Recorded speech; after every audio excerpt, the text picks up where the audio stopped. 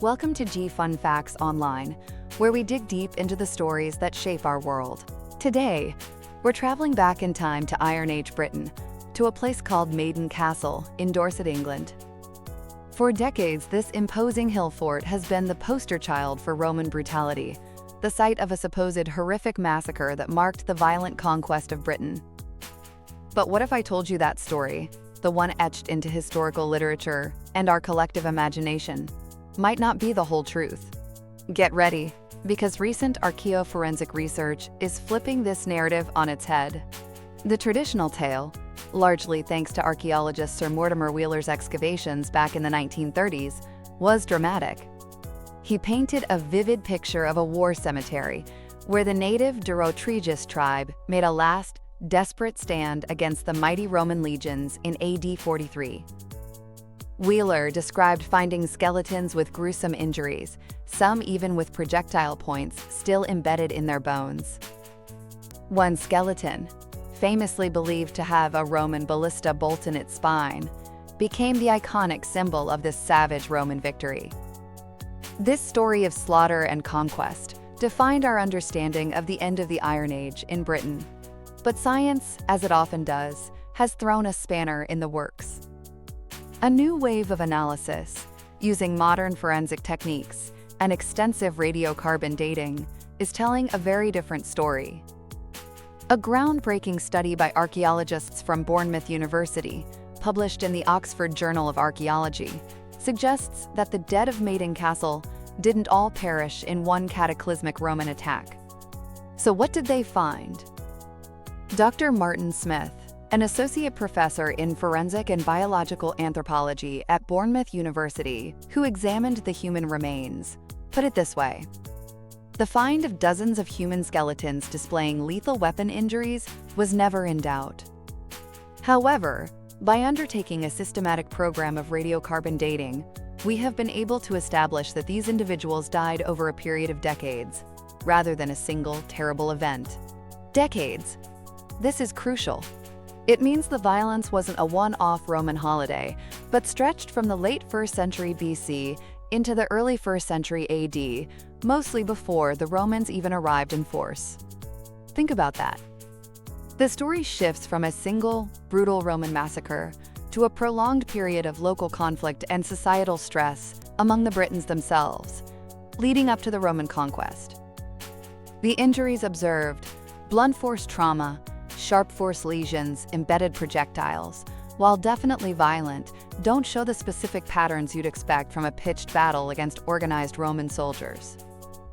And that famous Roman ballista bolt? It's now thought to be a locally made javelin point, perhaps even inserted after death as part of some ritual practice. So if it wasn't the Romans, then who was responsible for this carnage? Dr. Miles Russell, principal academic in prehistoric and Roman archaeology at Bournemouth University, offered a stark conclusion. This was a case of Britons killing Britons, the dead being buried in a long-abandoned fortification. The Roman army committed many atrocities, but this does not appear to be one of them. The evidence points towards significant internal strife, perhaps dynastic power struggles, or what some researchers have even described as gangland-style executions, or mafia-like families vying for control. Game of Thrones-like barons with one dynasty wiping out another to control trade links and protection rackets for power. Some skeletons showed signs of extreme ferocity, skulls smashed extensively, suggesting overkill rather than quick battlefield deaths. Even the way people were buried offers clues.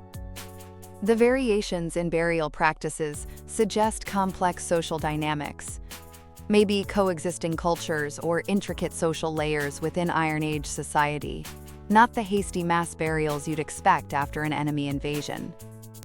Paul Cheetham, a BU visiting fellow and archaeological scientist, pointed out that the intermingling of differing cultural burial practices contemporaneously shows that simplistic approaches to interpreting archaeological cemeteries must now be questioned. This new understanding doesn't mean Maiden Castle wasn't a violent place. It absolutely was. But it recontextualizes that violence. It paints a picture of an Iron Age society grappling with significant internal pressures and conflict before the Romans fully entered the scene. The trauma found on the remains of men, women, and even young people suggests violence was a grim, pervasive feature of life for some during this era. This reevaluation has implications far beyond Maiden Castle. It forces us to look critically at how historical narratives are built and how they can stick around, even when new evidence challenges them. It also underscores the incredible power of ongoing archaeological research and modern science to refine, and sometimes completely rewrite, our understanding of the past. Sir Mortimer Wheeler's work was pioneering for its time, no doubt, but he only explored a small fraction of the enormous hill fort. Researchers believe many more burials likely lie undiscovered around its immense ramparts, holding even more secrets to Maiden Castle's complex history. The story of Maiden Castle is evolving.